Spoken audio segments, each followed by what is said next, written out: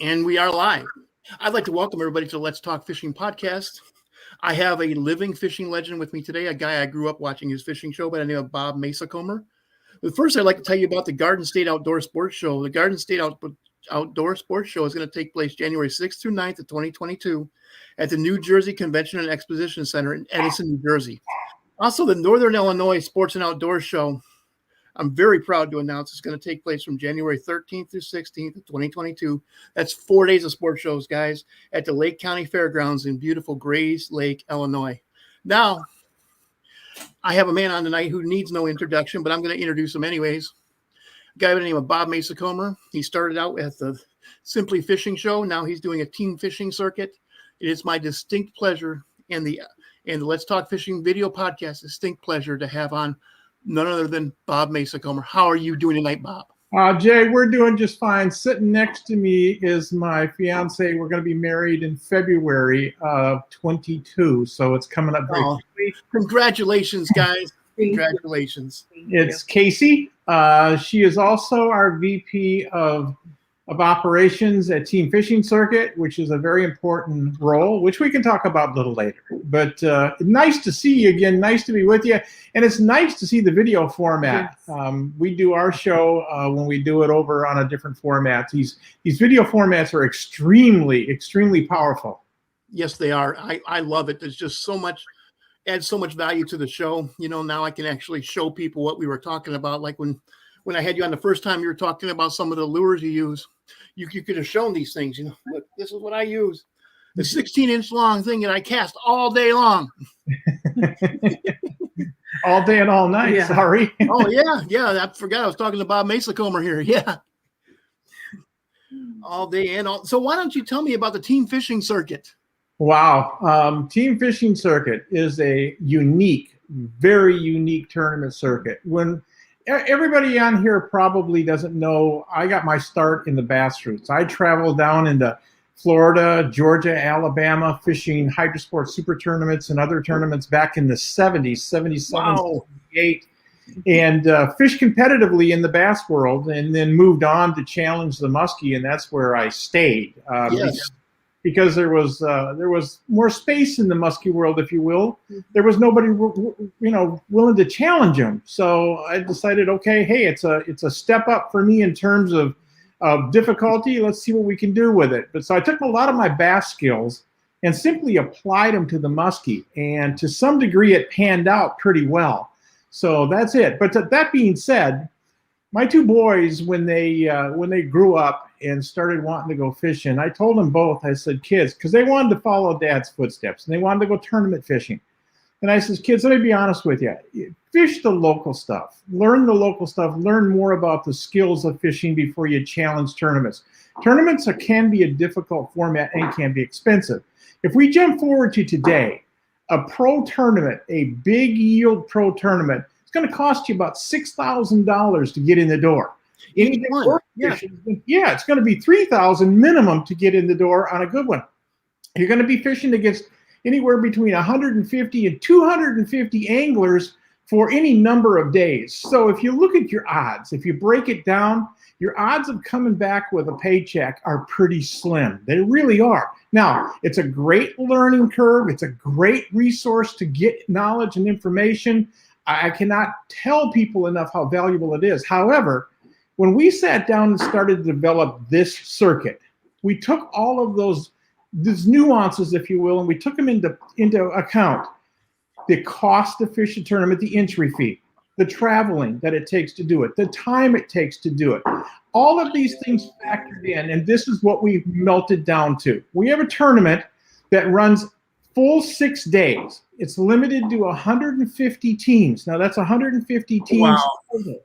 That being said, there will not be any more, that's on a full field, there will not be more than 30 teams on the water at any given day. So if you take a resource, like we just got done at Watts Bar, which we'll talk about before we're done here, you take a Watts Bar, which is a big system, and all of our tournaments are on big systems. You put 30 boats out there, folks, you get lost. There's no such thing as competition for water. It's there. Everything you want to fish, any way you want to fish it, you're unthreatened on your spots, which is key. Now, that being said, because it's a team tournament, two people share in the cost of the entry fee. They share in the cost of the pre-fish. They share in the cost of the fishing event itself. Yes. You break down an $850 entry fee. That's $850 for the team. That's $425 per person. Very cost effective. Sitting down to fish for first place for $40,000. Dang. 40 grand on a full field. You almost got me swearing there, Bob. Wow. Got me swearing there. That's something. That's, the $450. That's how much you pay to be a co-angler, in the major tournaments. And that's what a lot of people ask. Do you choose the partner? No, you get to choose your own partner and register with them. You get to choose. Wow. Them. That's a nice feature. And pre-fishing is only one day before. Off limits is just one day before. A lot of flyers that have gone out there had a longer time, and we changed that.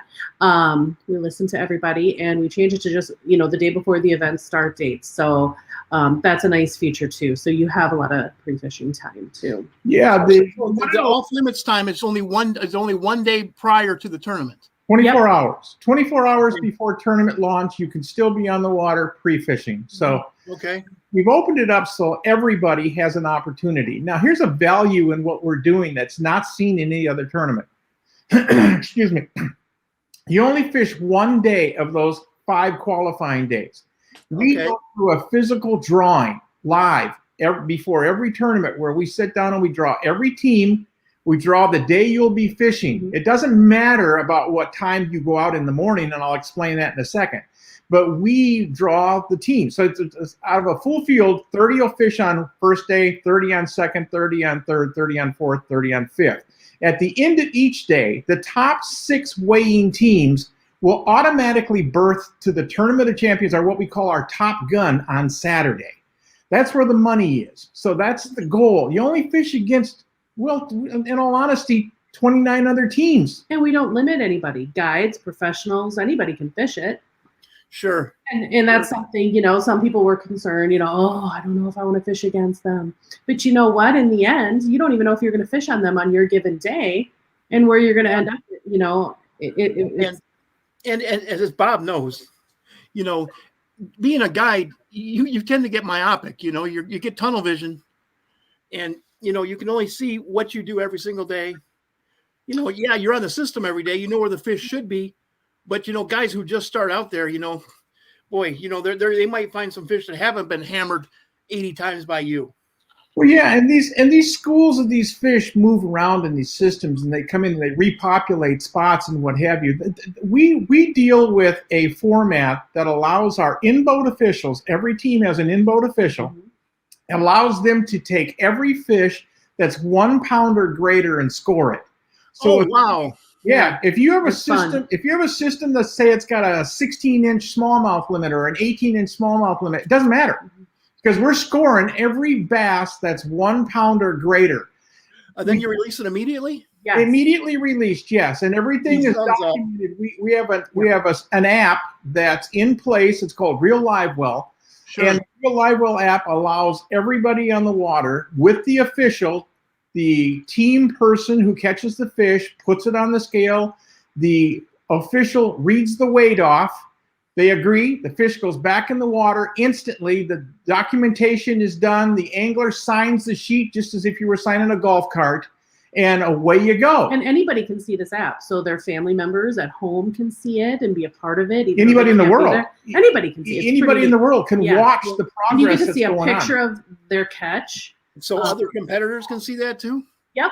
Monday through Friday, we let everybody see it. And then on Top Gun Day, we do shut that feature off for the teams fishing it, but still their families can watch. Yeah, everybody on the outside can watch, but the teams cannot be told where they are standing on Top Gun Day. So it brings a huge amount of drama on Top Gun Day. Fact is, we had one of our teams that took a pretty healthy check home down at Watts Bar. We were asking them how they liked the circuit, and he point blank said, "I love it, but not knowing where you are on that final day, that's bad." Yeah. I like your choice of words there, Bob. That's cool. Yeah. So that is cool. part of the point I was making with the 5 days and the 30 teams is you fish one day during that week. So if you're employed, okay, and you've got to go to your boss and say, geez, I want to fish this tournament. I got a chance at $40,000. If my skills play out, can I get Tuesday off? Because they know far ahead of time, 1 week ahead of time, what their day is going to be. So that being said, the boss says, absolutely, take Tuesday off. That's not a problem. So you don't burn a whole week. Another value in it is if a guy, let's say he starts with our tournament down on the St. Johns River in March down in Florida, fishes that tournament, doesn't make the cut, he can automatically head up to Sharon Harris Reservoir in North Carolina, if indeed he wants to, and start pre-fishing. And you're not required to fish all of our tournaments. Some people ask if there's a minimum. Do I have to fish 3 or 4? No. Fish them all. Yes, we want you to. But no, you don't have to. You can just choose one if you want to. Okay, I guess that brings us to my next question is are you guys going to have a championship at the end of the year?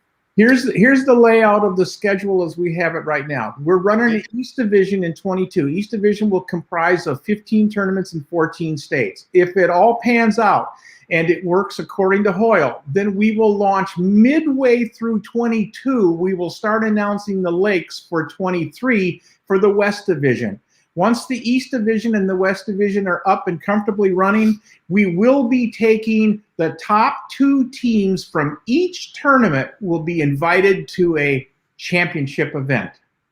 But that'll be in year 3. We don't have all the details yet, but that is to come. So nice. Mm-hmm. This sounds exciting. I like this. I like the format. I like the fact that it's a live release. Well, they're all live releases, but I guess that wasn't the right choose. An immediate release, I guess, is a better. Yes. And another thing is we're really about safety too. We're giving our teams from when we, say go, they have an hour to get to their spot, and then the boat official says lines in. So they're not mad dashing somewhere. They can, drive safely, and then lines in, they have about an hour to get back. So the teams that we dealt with at Watts Bar really said they loved this relaxed format. They had a blast. They didn't have to think about it. They had an in-boat official doing that piece of it for them. So they were just out there fishing with their buddy, having a good time. And the feedback was really wonderful to hear. So I was giggling, Bob, because remember back when I started fishing tournaments back in the 80s, they had shotgun starts. Yes. And it was so stressful because, I would fish tournaments on the Illinois River, which is only about 300 feet wide. And the shotgun start, I was going out there in my 17-foot Sylvan with a 40 horse. I was going like this, and oh my God, the second year I fished that tournament, I just waited for 5 minutes, and then the 4-foot waves were all gone. But, people actually got hurt in those shotgun starts way back then, Yeah. 35 years ago, And here's another thing with the blast off starts. They're dangerous, yes. They're hard to manage, yes. But also you have to take into account the landowners around the lakes. Okay, the landowners around the lakes don't care about boats blasting up the lake at 5, 6 o'clock in the morning on a Saturday morning. They would prefer those boats to be running a little smaller idle, throttle and making a little less racket doing it. So this hour that we give the anglers to get to their location is plenty, even for the biggest reservoirs we're fishing. They have that same hour, like Casey was saying, they have that same hour to return at the end of the day. So they can be fishing their spot right up until that in-boat official says lines out. So, it's a pretty cool deal. You should have seen the unfolding that took place at Watts Bar. We had one team that, don't ask me how, but we had one team, Jay, they ran away with it. It was crazy. We had nothing but cold weather. We had temperatures down in 32 degrees. We had winds. We had rain. We didn't have any snow, but we had just about everything but. Now, that being said. That sounds like a tournament, yeah. Yeah. It was a tournament. Go wrong, it's going to go wrong, and it will go wrong again during a tournament, yeah.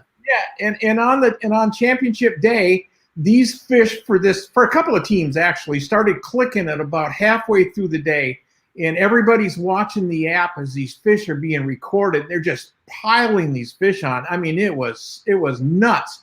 The folks that fished the tournament down at Watts Bar told us point blank, we're coming back there May. We'll be back May 2 of 22. and they told us point blank, you guys are going to see 100 fish days down at Watts Bar. Now, we expect that that's going to be pretty much the case in Palatka and the St. John's. Sharon Heron Reservoir, the #1 biggest, that's the best double-digit fish lake in North Carolina. And as we go on up the circuit, it just gets crazier and crazier. And I want to talk Bob up for just a second. I don't do this often, okay? Oh, thanks. Just kidding. We had this vision for this trailer that we were going to have at our tournaments. And I'm just like, 7 televisions, Bob, on the outside of our trailer. What are you thinking? But it is so beautiful. The national anthem that we do in the morning, it's moving. The leaderboards on there, our sponsors are on there too. It's pretty neat to see these 7 televisions, huge televisions that we have to put up and take down. Yeah, they're huge. They're very, very large. Our trailer spans out 50 feet when it's open at a tournament site. And it's covered with digital media. I mean, when I was putting this together, like Casey said, everybody looked at me like, "Oh man, what planet are you from?" And of course, my size, a minimum 75-inch TVs. I don't want any of the small stuff in that center of that trailer.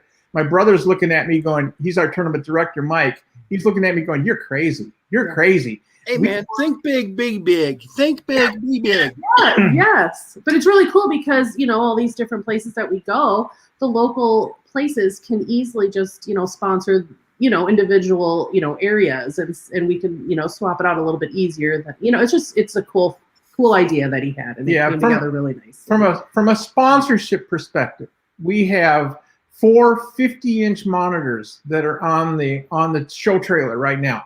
Those 4 50-inch monitors can embrace local sponsors, and we can do it with commercials. We can do it with still images. We can do it with any way we want because we control the digital format that's going on there, the content. Once we move out of that and move to the next tournament, let's just say ABC boat dealer down the lake wanted to be there, but geez, that's got no interest in North Carolina. So we get to North Carolina, the CDF boat dealer can be on there. It doesn't matter. Retail stores, period, local businesses. Here's another twist that we put in our tournaments, which is unique. Now, this is only for year 22. Year 22, if a business is in the area and they see that we're coming in with our tournament and they know 2 people that like to fish together, or 4 or 6 or 8, it doesn't matter what it is, they can bring to us through a portal that we have on our website. They can bring to us the 2 anglers' names and they can introduce them to us as a team being introduced by this business. Now, what I'm telling you is that business then gets that advertising exposure on that trailer during that event for $100. Wow. Yeah, you can't find it any cheaper on the planet, and it's certainly not going to be any more advantageous. We had a gentleman that came forth with Ledgehead Lures down in Watts Bar. He says, "I'll do this. Let's try it." He came to me after the tournament was done. He says, "I'm going to be on a lot of your boards." Well, there you go. So, Bob, you're going to be at these 2 sports shows. Tell me what kind of involvement you're going to have at them. Well, I'm doing dual duty in all of the shows this year. We'll be doing bass seminars. Okay. Their bass seminars are uniquely different, again, than a typical bass. I'm not going to hold up a jig. I'm not going to hold up a crankbait. I'm going to teach people how to become career-orientated and get involved in the sport and make money. There you go. And make money. You know how many people are sitting out on the wings right now asking themselves, how can I do this for a living? How can I do this to supplement? How can I do this? How can I'm still doing that. Yeah, and I've got 45 years in the industry. And I've seen a few ups and downs, and I've seen a few curves, and I've got a pretty good understanding of what it took for me, and I'm going to try to compel people to go into their inner self. I'm going to show them how, give them some ideas, and see if they can come away better anglers. If you look at what's going on in college and high school right now, I've got 2 grandsons that are fishing high school league.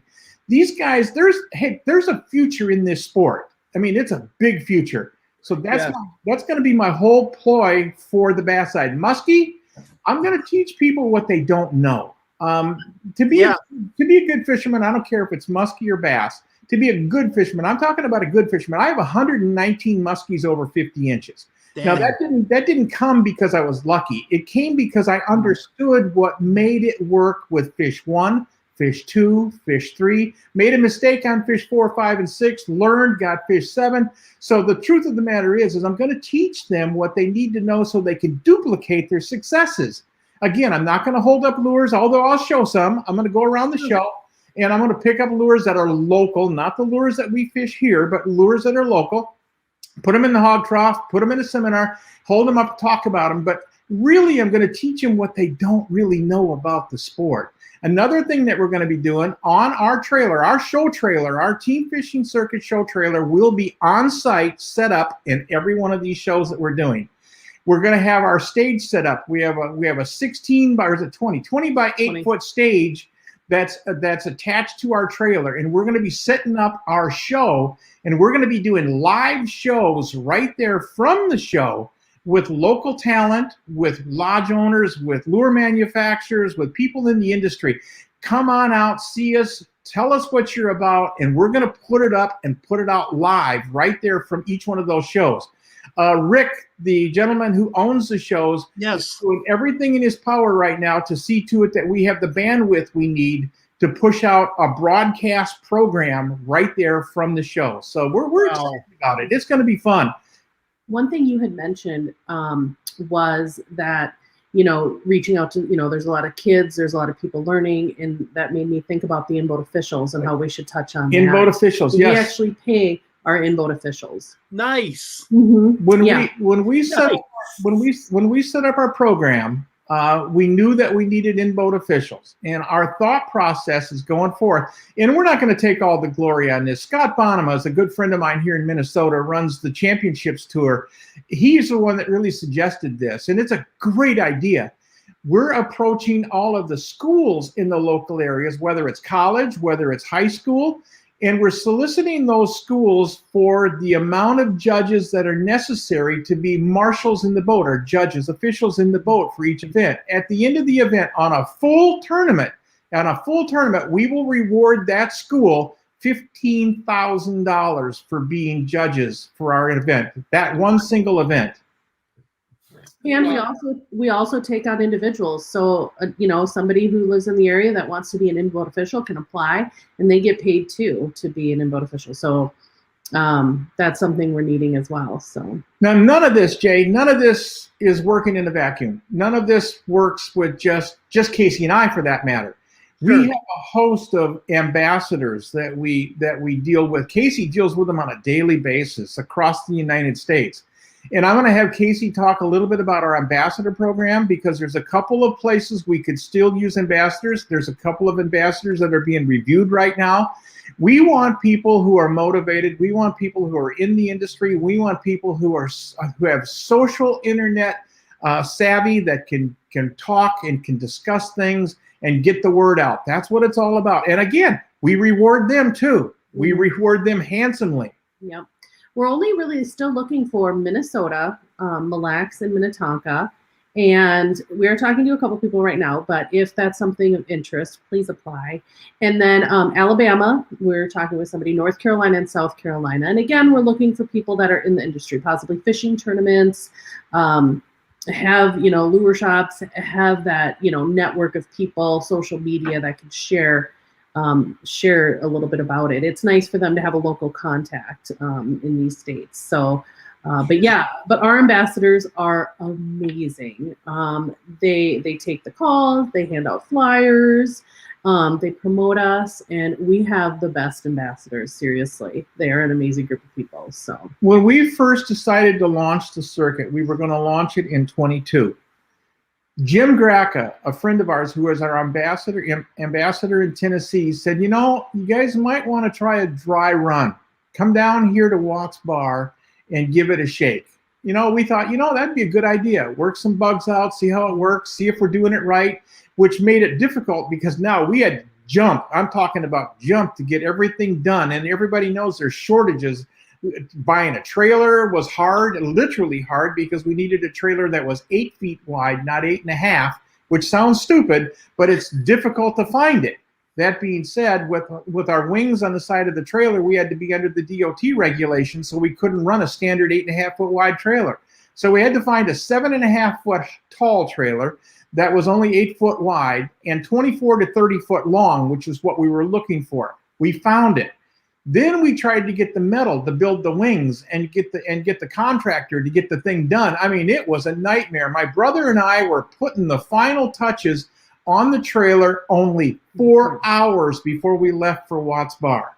We hung stuff at Watts Bar, not even knowing that it was going to work for sure. We did a test up there where we were doing it, but we really didn't run the video through everything and what have you, but it worked great. That being said, Jim, our ambassador, Jim Gracca, our ambassador in Tennessee, went out and beat the bushes. He really barnstormed it. He put the people in place down there. He worked tightly with Casey, and we managed to put enough people on the water to make the event a very, very big success. We couldn't have been happier with Jim.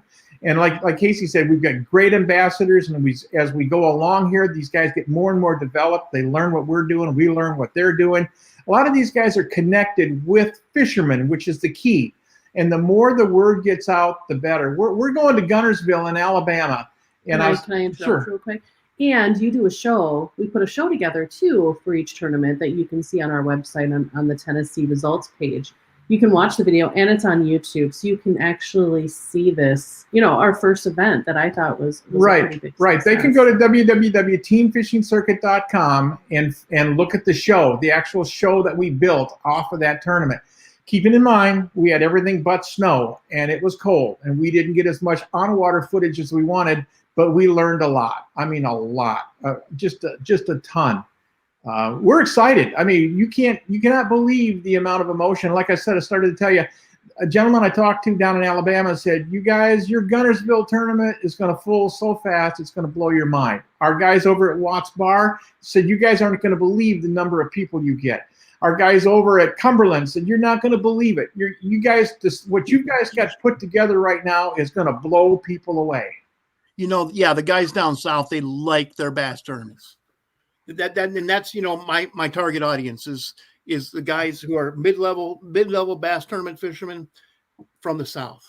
And you hit it right on the head, Jay, mid-level, because that's where our tournament is set. Our tournament really caters to that angler that wants to step up, wants to taste it.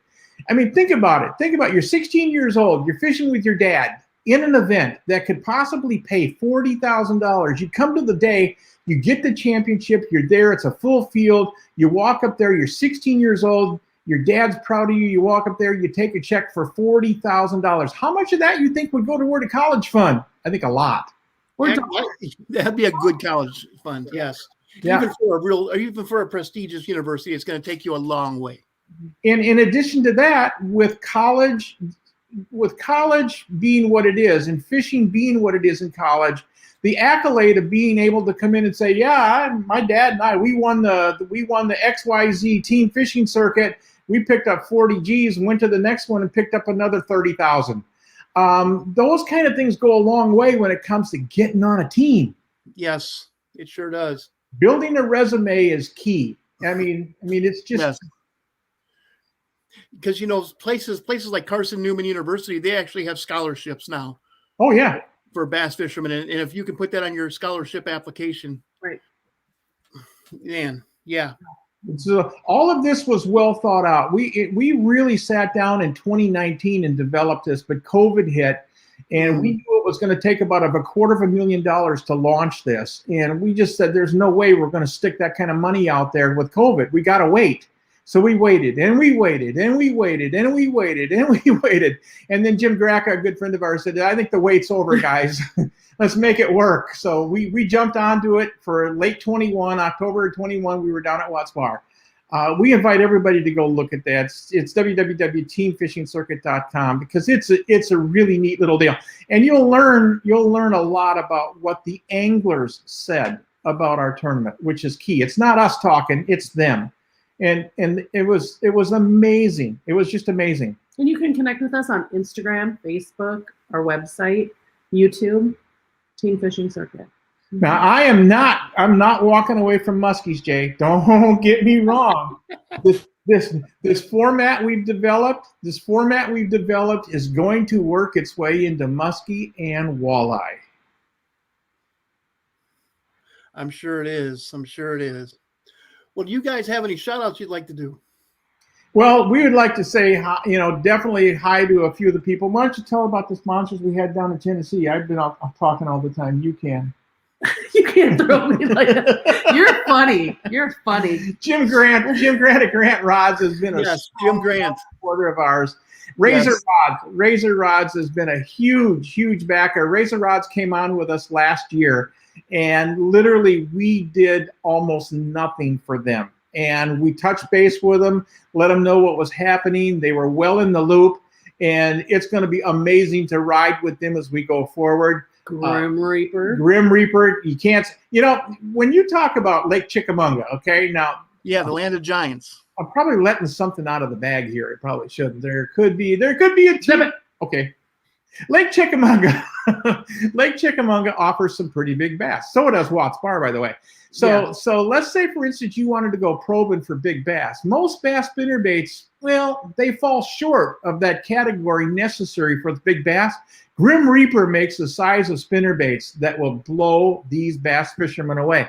And these bass fishermen are spending some serious money pulling 7, 8, and 9-inch lures on some of these big bass spots. Well, don't overlook Grim Reaper spinnerbaits. I'm kidding you not. That's could be your challenge met right there. Definitely. Grant Rods. I said Grant Rods. Absolutely. Right. Gracca with his GC straps. Yep. People have very expensive electronics on their dashes. These things are cool. That aren't built in. Cool. They're stand-ups, and people are losing these covers off of these units all the time. Jim Gracca came up with one of the most unique, revolutionary designs to hold those covers on. Again, part of what we're doing, but his straps are very, very cool. And then Ledgehead Lures. Let's talk about him for just a second. This guy came forward with us, and he fished. He fished with one of the best bass fishermen I've ever known, Buddy Gross. Buddy Gross fished our Watts Bar tournament. I'll tell you the class of anglers that we had done at Watts Bar. Buddy Gross came in there. Now, if you guys follow BASS at all, follow the professional side. Yeah. No, he's BASS. He's elite. So that being said, this name, Buddy Gross. He's no stranger. He came down there, threw his hat in the ring, and fished against all these locals and had a ball. What Buddy said on that stage, this guy is a sportsman like you wouldn't believe. Go watch the show and listen to what he has to say, because the guy is an amazing, amazing sportsman. Amazing. So many of them were amazing hooks. Oh yeah, and then John that fished with John Murray. John Murray, another pro. He's down there. John Murray. They went on the lake. They challenged the lake their day. They didn't make the cut, and he was so pleasant about it. This guy was amazing. Just these people, they're just, how do I say this? They're down to earth. The most amazing people. They are. They're just all these pros that we had, and we had a lot of pros fishing with the locals down there, and everybody mixed and had just an absolute great time. It was fun. It was really fun. Can't wait to go back. Now, if we didn't mention you as a sponsor, because you're not a sponsor, so get in touch with us, and we'll give you some ideas on how you can play inside of our arena. And trust me when I tell you, you're not going to believe how cost-effective it is. You're simply not going to believe it. We've got one of the most cost-effective programs for marketing in the industry in our pockets right now. So if you're interested in being part of Team Fishing Circuit and what we do going forward, then get a hold of us. Get a hold of me or get a hold of Casey, and we'll explain everything to you, because we're hungry for sponsors. I've been in the industry for 40 plus years. I know what sponsorships are. I know what it takes to get them. I know what it takes to hold them. And I also know that we're in a tough environment. So don't be afraid to reach out and say, what do you guys need to be part of your organization? I'll walk you through it. You'll be amazed at what we can do for you. Well, that's great, Bob. That's great. It certainly has been a pleasure having you two on the show. I've had you on a couple times, Bob, but now this time you brought your better half. Wait a minute. I thought that was me.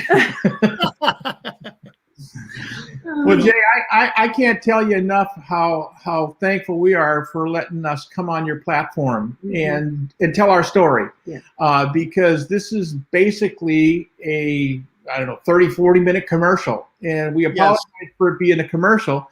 But the truth of the matter is it's information. And information is what's valuable. And you've given us the opportunity to expose what we're doing to a large audience. We'll take it from there. We'll run with it. We hope that you run with it well. And we'll get it into more places. More people can see it. But Team Fishing Circuit is here to stay. Team Fishing Circuit, East Division 22, possibly a West Division in 23. In 24, we'll have an East and a West Division running. And we will have a large, no entry fee championship. Don't. Wow. Oh, I'm sorry. I'm he sorry. Is bad. I wasn't supposed to. Horrible.